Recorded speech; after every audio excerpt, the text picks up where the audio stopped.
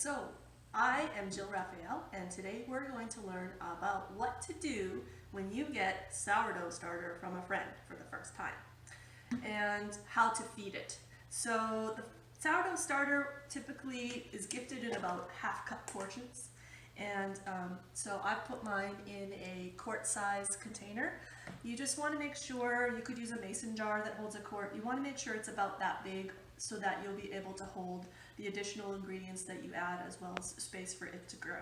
The first time I got some, I put it in too small a container. It was like practically coming out of the lid.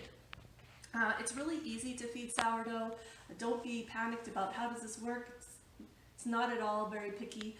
The starter, actually if you take a look in here, you might be able to see that has almost like a little bit of a liquid on top. That's called hooch. That means it's time to feed it. So you don't have to worry about draining that off or anything. It's perfectly fine. It'll make it so that your recipes are nice and tangy. So there's only two things that go into feeding sourdough starter: flour and water. So to your half cup of sourdough starter, you're going to add 1 cup of flour. And you just want to scoop it into the measuring cup lightly. I even kind of fluff it up a little bit in the container before I bring it out into the cup. That's actually how you measure flour in general for baking, so that you don't end up with too much or too dense. You can also measure it by weight if you have a kitchen scale and you want to be very particular, but I haven't found any problem with just using this technique. And then you can smooth off the top, or you can use a popsicle stick if you like to be extra smooth, so that you have a nice level cup of flour. I'm using all-purpose flour. You could also use bread flour if you like, but it's more expensive and I don't find that it gives better results. I'm going to put my 1 cup of flour into the starter. And then the other ingredient is water, and the best way to get your sourdough really going is to use lukewarm water.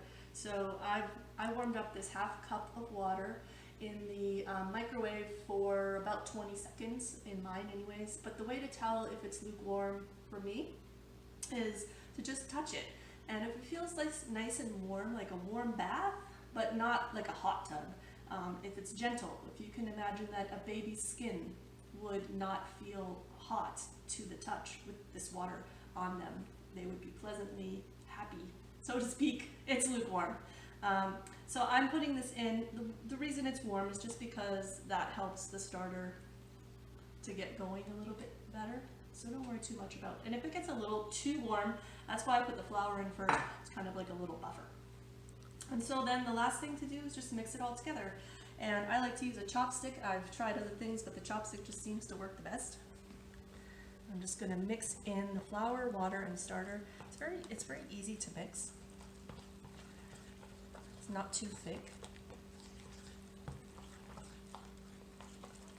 You might want to mix it for up to a minute, just until you can tell that it's really incorporated nicely, so that the starter has access to all this delicious food and water and will be able to grow. One of the nice things about using a chopstick too is it doesn't stick. I use this plastic chopstick, and you don't lose much. If you use a spoon, sometimes some of your precious starter will stick to it. Great. So then after you've done that, it's really simple. Just put it on your cupboard for a couple of hours.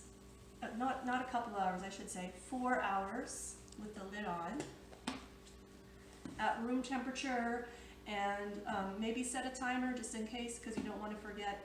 And then after 4 hours, you're going to put it into the fridge, and it'll be ready for you to use when you want to make your first recipe. And if you watch my next video in this playlist, you'll see the starting steps to making King Arthur Flour's, extra tangy sourdough bread. And in that recipe, if you decide you want to try it with me, I would suggest starting it at 4 or 5 p.m. on the evening before you want to eat it, because it has an overnight step. So if you make this in the morning, you could actually start your bread that evening. Or you can hold on and wait 2 or 3 days, and it'll still be happy and ready to go for your bread. So that's it. I'll see you at the next time. Hey, it's been 4 hours, believe it or not. Didn't that pass in the blink of an eye? and I wanted to show you what the starter looks like that I just fed 4 hours ago and have just been sitting on the counter since then. So as you can see, we started with about this much starter and added a cup and a half of water and flour, which once mixed only rose up to here. So it has grown quite a bit. You can see the bubbles from the side and from the top.